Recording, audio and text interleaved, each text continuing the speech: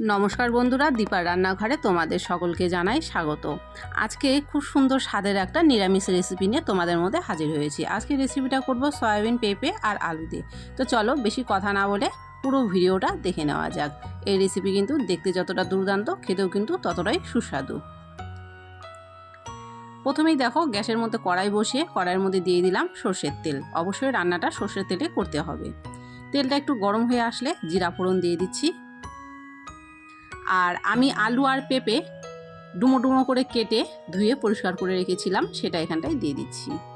এবারে দিয়ে দিচ্ছি সামান্য পরিমাণ লবণ। পেঁপে আর আলুটাকে একটু লাল করে ভাজা করে নিতে হবে।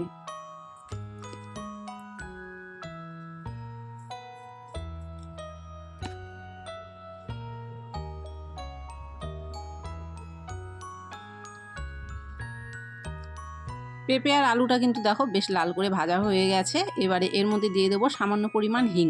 হিং দিলে কিন্তু নিরামিষ তরকারির স্বাদ আর গন্ধটা দারুণ আসে। হিংটা দিয়ে আবারও ভালো করে মিশিয়ে নিলাম। এখন দিয়ে দিচ্ছি স্বাদ মতো লবণ, হলুদের গুঁড়ো, স্বাদ অনুযায়ী লঙ্কার গুঁড়ো। তোমরা চাইলে কাঁচা লঙ্কাও ব্যবহার করতে পারো। এখানে একটা মশলা করে নিয়েছি, তার মধ্যে আছে 1 চামচ জিরা, একটা টমেটো আর 1 ইঞ্চির মতো আদা একসাথে বেটে নিয়েছিলাম। সেই মশলাটা দিয়ে দিলাম, ভালো করে মিশিয়ে নিলাম।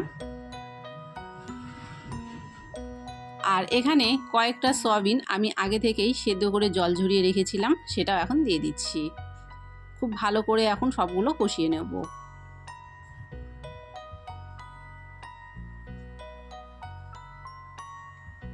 হাতে একটু সময় নিয়ে মশলাটা দেখো খুব ভালো করে কিন্তু কষিয়ে নিয়েছি। এখন এর মধ্যে দিয়ে দেবো পর্যাপ্ত পরিমাণে জল।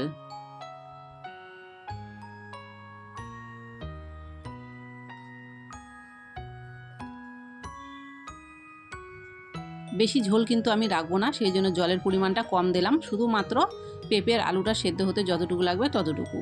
এবারে স্বাদের জন্য দিয়ে দিলাম চিনি, তারপরে ঢাকা দিয়ে দিলাম। ঢাকা দিয়ে হাই ফ্লেমে 5 থেকে 6 মিনিট মতো খুব ভালো করে কিন্তু দেখো আমি ফুটিয়ে নিয়েছি। আর আলু পেঁপেগুলো কিন্তু খুব ভালো করে সেদ্ধ হয়ে গেছে। আমি দেখিয়ে দিচ্ছি, দেখো আলু কিন্তু খুব ভালো করে সেদ্ধ হয়ে গেছে। একটা পেঁপেও কিন্তু আমি কেটে দেখিয়ে দিচ্ছি, দেখো সেদ্ধ হয়ে গেছে। জলটা কিন্তু আরেকটু শুকিয়ে নিতে হবে। তো রান্নাটা কিন্তু প্রায় মোটামুটি হয়ে এসেছে। এখন এর উপর দিয়ে দিলাম 1 চামচ গরম মশলার গুঁড়ো। গরম মশলা গুঁড়ো দেওয়ার পরে একটু নেড়ে চেড়ে আরও 1 মিনিট মতো ফুটিয়ে কিন্তু নামিয়ে নেব। আর এটা যখন ঠান্ডা হয়ে যাবে, এর ঝোলটা কিন্তু অনেকটাই শুকিয়ে যাবে। রেসিপিটা কিন্তু একদম তৈরি হয়ে গেল। আমি কিন্তু রেসিপিটা একদম গা মাখো মাখো তৈরি করেছি। তোমরা চাইলে একটু ঝোল রাখতে পারো।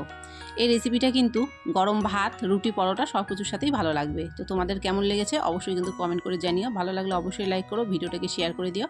চ্যানেল যদি নতুন হয়ে থাকো, চ্যানেল যদি সাবস্ক্রাইব না করা থাকে, অবশ্যই চ্যানেলটি সাবস্ক্রাইব করে দিও।